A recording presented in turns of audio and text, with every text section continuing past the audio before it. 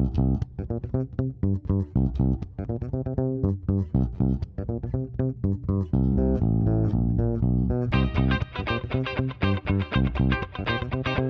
you introduce yourself briefly? University, research fields, teaching, or whatever. I'm Chris Brown Mahoney. I'm a professor at Minnesota State University in Mankato, Minnesota. And I'm actually based at the Edina location, which is our graduate campus, and I'm the MBA coordinator there. I also teach in the MBA program, and my areas of specialized research are labor markets, supply and demand, human capital issues, particularly the market for healthcare professionals, both nationally and internationally, and why they leave the field, leave the job, leave the country. So, okay, thank you. Mm-hmm. Martin Gubler. I work in Switzerland, in Zurich, ETH. I'm a senior lecturer and researcher there, and I teach and do research in the fields of HR and careers, basically. I've got a background as an HR practitioner and as a career counselor, so I kind of moved from practice to academia. My name is Alexey Khromov. I'm from Moscow University, Moscow International Business School, MIRBIS, and actually there I'm reading lectures. The topic is IT management and e-commerce. At the same time, I'm managing director in a business incubator. There we're delivering different kind of startups, managing with the students and trying to set up their own businesses, being a mentors, teachers and tutors, whatever. Okay, thank you. So the theme of 2013 International Academic Conference is New Worlds, New Career. Could you tell us why this theme is of interest to you and how you are addressing it in your lecture? It's a very interesting question. As from my perspective, even on the topic I was delivering as innovation as a part of the business process, I think that in terms of current sustainable development, innovation and career development in terms of innovation can make great sense to some economical prospects and to make our business run in a much more better area. So that's why it was interesting for me, first of all, from the personal perspective, to share an experience from other countries in terms of personal development, career, and how it can be implemented in terms of our country. And then the second point is to provide some kind of knowledge about what we have done and how it can be used, probably making some kind of inter-national, inter-university collaboration will be much more further achieving better results in an innovative economy, and sharing experience can be the best. So, it's my point of view. For me, it was probably more like a personal experience why I came to the new careers topic, because I kind of had 3 very radical career changes in my own career. And only when I discovered that there are theories and there's research going on in that field, I realized how helpful this can be to kind of understand your own career. And so this is why I became interested in the whole field. And when I then did, for several years, I did some career counseling work, and I met many people who kind of had the same questions and the same problems I had encountered in my own career. And so I realized how some of these models and concepts can really help people understand their own moves in their careers. And that's my personal motivation to be in that field, actually. Well, I think the idea of new careers in one of the areas of my research in the healthcare professionals as a global labor market. It wasn't that long ago that the labor market for health professionals was not global, and it's definitely global now, and that brings up many issues and concerns. For example, the U.S. and all the other OECD countries were pilfering doctors from the African nations, and it's to the point where in Ghana 2 years ago, over 90% of the newly qualified doctors that their government paid to train with their limited resources left. And that's caused the World Health Organization to come up about 2 years ago with the standards for ethical international recruitment of health professionals. And I think every single OECD country signed on to it, but it's really not being honored at this point. It's sort of like saying I'm going to go on a diet next week, but it hasn't happened yet. So I wait to see. I think that's, it's happened so quickly that it's become a global market and something's got to happen, but we're sort of a step behind. Okay, so what would you recommend us as students and also as future business graduates in order to boost our employability? And what are the perspectives in terms of career development, according to you? Well, I'll go first on that. I think to make yourself more employable, there's a couple things you can do. I think an internship is extremely important because not only does it give you hands-on experience, but it provides a reference for you. Then somebody says, well, yes, he or she worked here and they did this project and they were very effective. And that means so much to have that kind of a reference. I also think that students should really think about some things they're doing. I mean, in terms of employability, one simple thing that's happened in the U.S., if you have a Facebook page and half of the pictures are of you drinking beer in college, you're not going to get a job. You're simply not. They look at all that stuff. So to look at little things like that, which might not seem like a big deal, but anything you can do that sort of puts you one step ahead of someone else means you're going to be more employable. In terms of knowledge management is also very important. Mm-hmm. That's why I deleted all the pictures from the Facebook. So probably the main idea is to start practicing as early as you can. Mm-hmm. And from another point of view, I've been working in a big American company, it's a telecom company, and I was looking for a manager in a group, and I was looking for 1.5 years. And it was, I think, 2 or 3 interviews each week. And actually, the main thing I can say that students or junior specialists are coming with a little bit more great expectations on salary base without doing concrete things. Mm-hmm. Because practice is absent. I have a lot of friends that are hiring great jobs and earning a lot of money, but I'm not the worst. And the last one, it's inability to do the things to be done.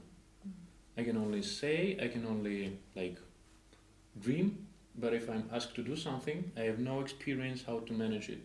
And that's why it's a big case and a big problem as well. Yeah, I think that is really true. I mean, you don't want people... You're not going to hire people who can just talk about economic trends or talk about budgets.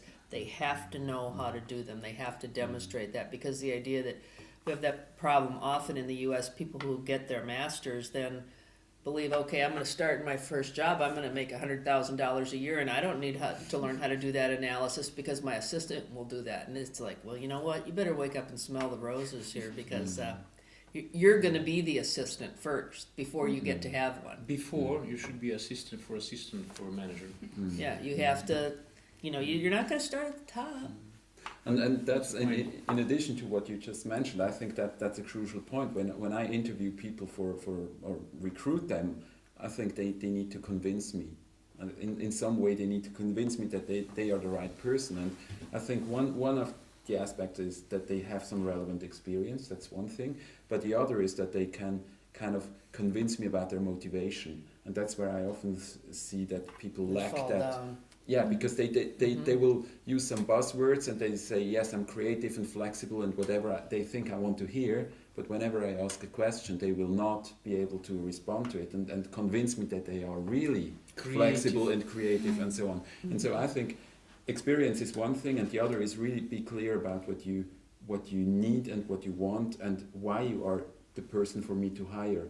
and that's, from my point of view, that the one aspect people often forget. So To be able to sell themselves. That's but that's the point I convince, wanted to not, add. not selling, convince, Selling is and also Yeah. an be an genuine, option. be But- genuine. Yeah, but But I'm not talking about selling in the negative sense. no, but, no, in a good way. but to say, yeah. you know, Mm-hmm. here's my strengths and here's what I Exactly. can do for the Yeah. job. And I think to do that, people have to know themselves really well. Agreed. And yeah. sometimes I think they don't. People think they go, like, well, I think I'll go into finance because it's safer than marketing, but I really love marketing. Probably not the best But plan. before I was fond of comparing old furniture, something like this. Mm-hmm. Mm-hmm. Mm-hmm. Yeah. So, and also I would like to add that try to be as communicative as you can. Mm-hmm. So there are all means of collaboration, first of all, and experience, because if you're selling yourself to the person, you have to be, first of all, the psychologic guy, then you have the philosopher, then you have to understand and to sell and to make the things done by what you want.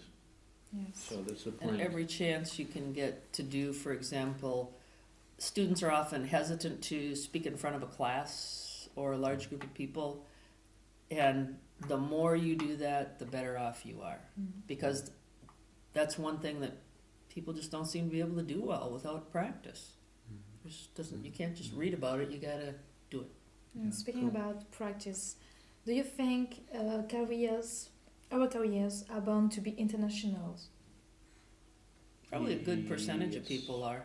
I would say, even if you don't, I think they will almost all be international in the sense that even if you don't travel and work internationally, It doesn't the mean that it's economy yeah.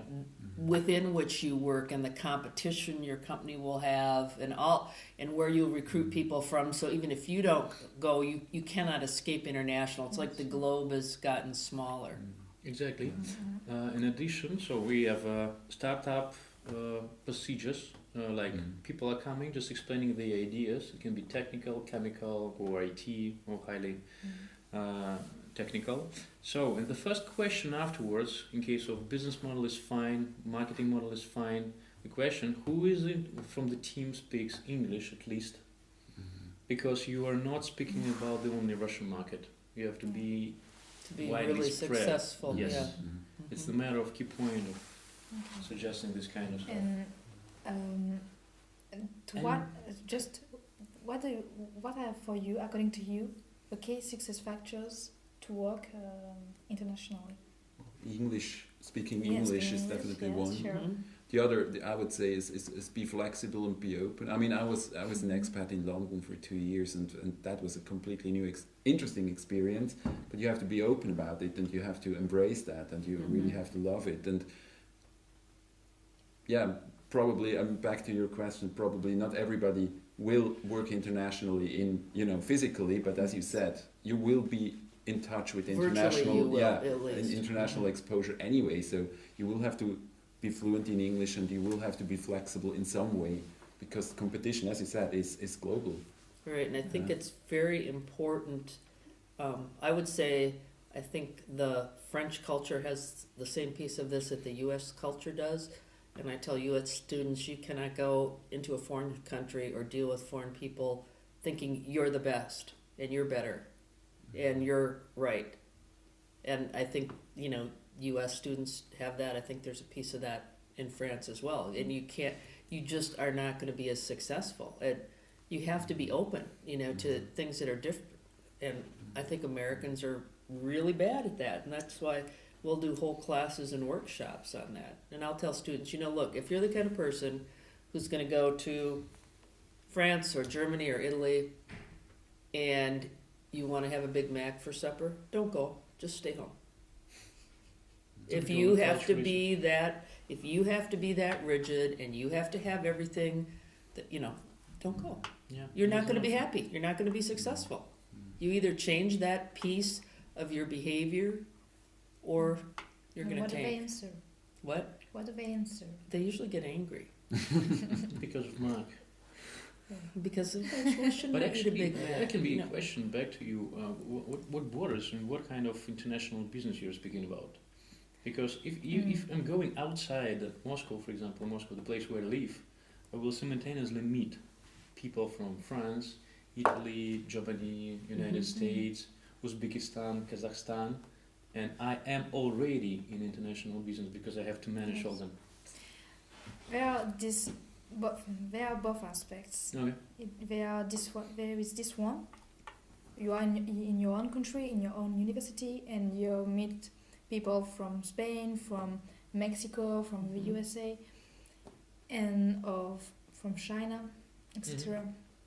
But we also, as students, go a semester away. It's a great idea. It all depends of marks, sure. But so there are this exchange, this international aspect in our studies, but we also have this aspect in our career. So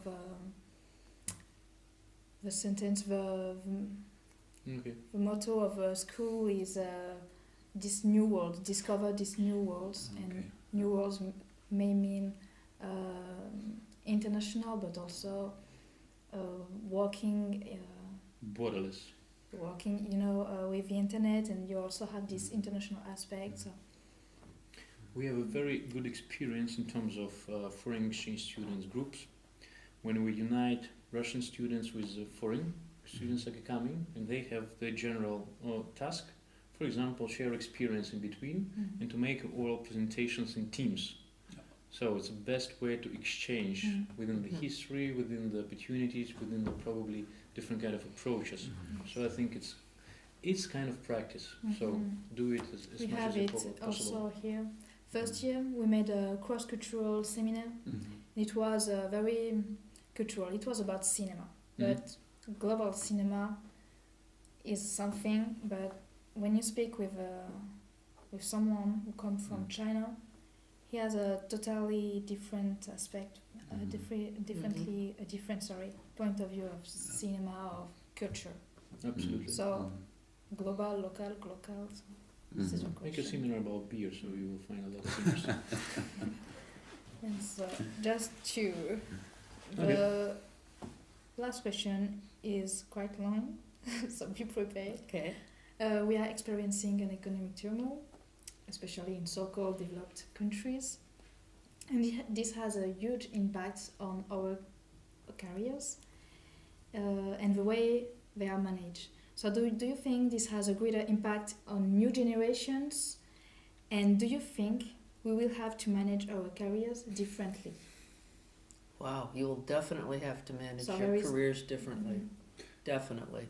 I think the biggest, and it's a change we've already seen in the U.S. If you were to look at people who are in the U.S. age 75 or would be age 75, a large percentage of them worked for the same company for a very long period of time. And that is not the reality anymore. In the last 15 to 20 years, if you want to progress in your career, or if you want to get a raise or more opportunities, you almost always have to switch companies. And that has gotten, it also used to be even more true in the U.S. for academics. Generally, people finished their PhD and got a job at a university, and they never left. They were always, and that's not that way anymore either. I completely agree that things are changing, but my point of view would be that they change for everyone. So definitely you will have to have a different kind of a career managing that our grandparents did. But I think whether you're 20 years old or 40 or 50 years old, you will have to change something. And I mean, I've met students who, in their mind, I would say, were 60 years old because they were so rigid and they didn't have the openness that is requested probably today. And I've met people aged biologically, aged 60, who were completely very young, very open-minded. So I would probably argue it's not about biological age, but about staying open, and that applies to everyone. Because if you don't, if you're not flexible and adaptable, then I think something will rush you. Yeah, will hit you.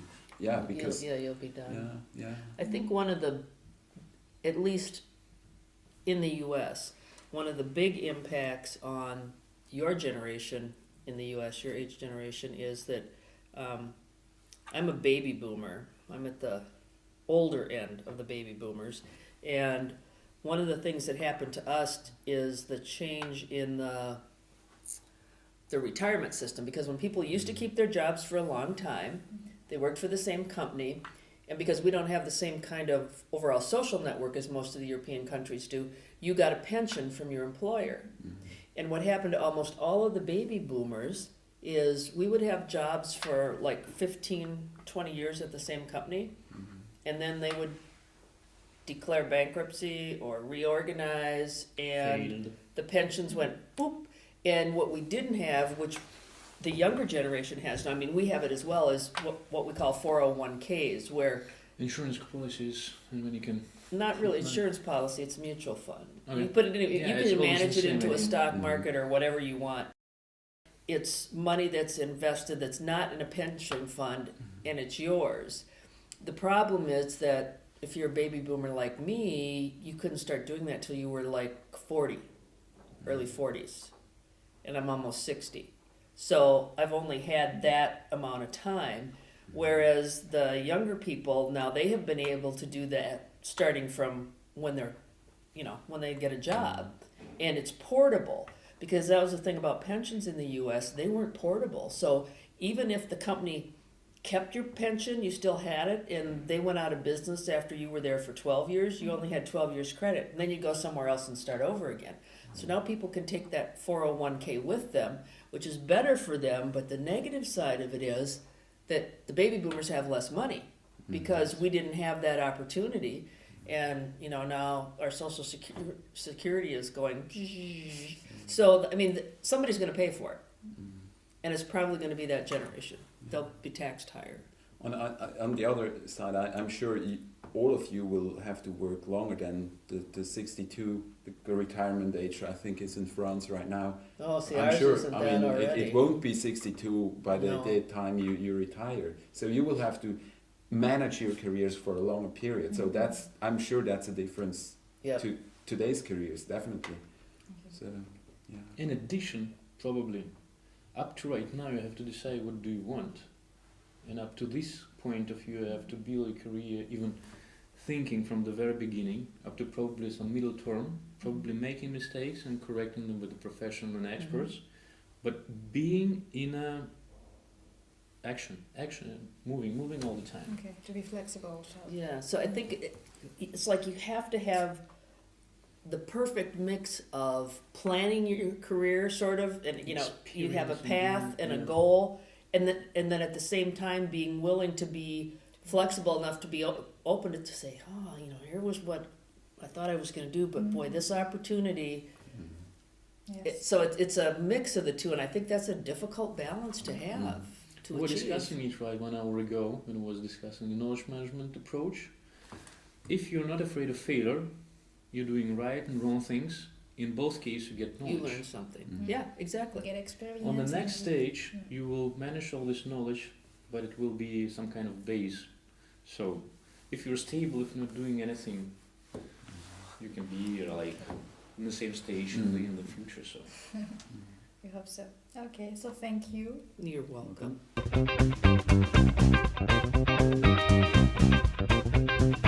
Okay.